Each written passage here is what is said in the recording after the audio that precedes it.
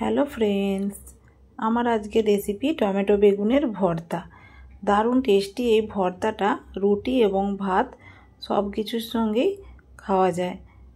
দুর্দান্ত স্বাদের এই ভর্তা তোমরা একবার বাড়িতে বানালে বুঝতে পারবে খুবই টেস্টি লাগে, বারবার বানাতে ইচ্ছে করবে।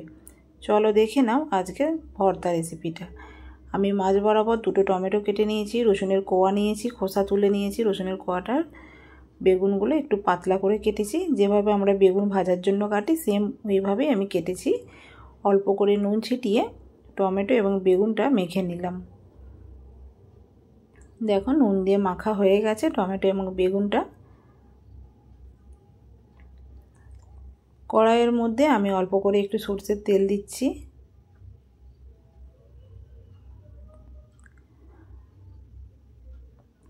তেলের ওপর আমি 4টে শুকনো লঙ্কা দিয়ে দেব। লঙ্কাটা ভালো করে ভেজে তুলে নেব। লঙ্কা ভাজা হয়ে গেলে লঙ্কাটাকে হাতে করে গুঁড়ো করে রেখে দেব।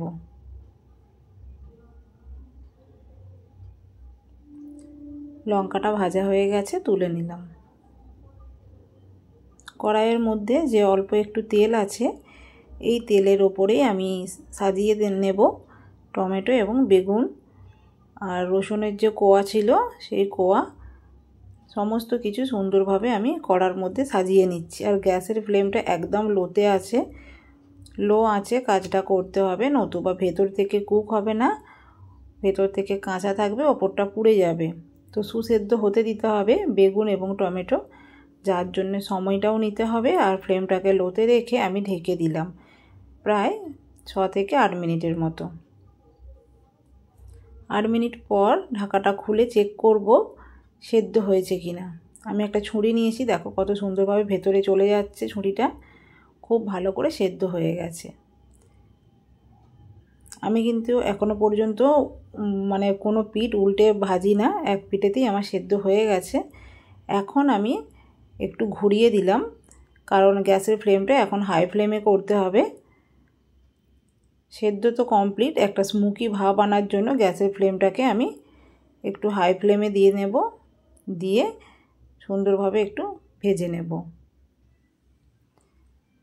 সেদ্ধ হয়ে যাওয়ার পর গ্যাসের ফ্লেমটা বাড়াতে হবে। দেখো আমার ভাজা ভাজা হয়ে গেছে, আমি এখন তুলে নিলাম। এখন একটু ঠান্ডা করে নিয়েছি টমেটো এবং বেগুনটা। টমেটো বেগুনের থেকে খোসাগুলো তুলে নেব।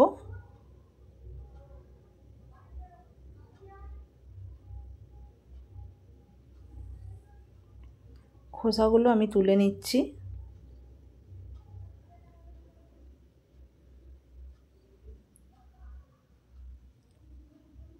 দেখো বন্ধুরা, টমেটো এবং বেগুন থেকে সমস্ত খোসাগুলো এইভাবে তুলে নিতে হবে। খোসা সমেত ভর্তাটা মাখালে ভালো লাগবে না।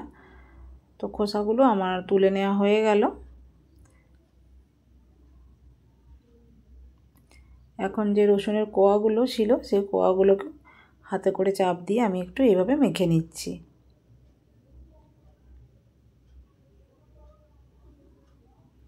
মাখা হয়ে গেছে রসুনের কোয়াটা। এখানে ব্যবহার করছি দেখো পেঁয়াজ কুচি, পাতলা পাতলা করে কাটতে হবে পেঁয়াজটা।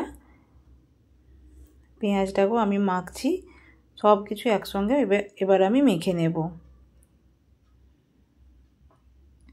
এরপর দিলাম ভেজে রাখা শুকনো লঙ্কা থেকে কিছুটা আমি দিলাম, প্রয়োজন মতো ঝালটা দিয়ে সমস্ত কিছু আমার মাখা হয়ে গেছে। এখন আমি দেব নুন আমি আগেও ব্যবহার করেছি, আবার একটু চেক করে নিয়ে এই সময় নুনটা দিতে হবে। আর দিলাম সরষের তেল, দিয়ে ভালো করে আমি মেখে নেব।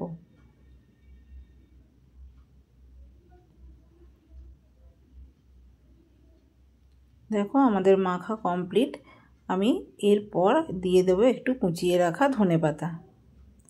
ধনেপাতাটাও মিশিয়ে নেব একসঙ্গে।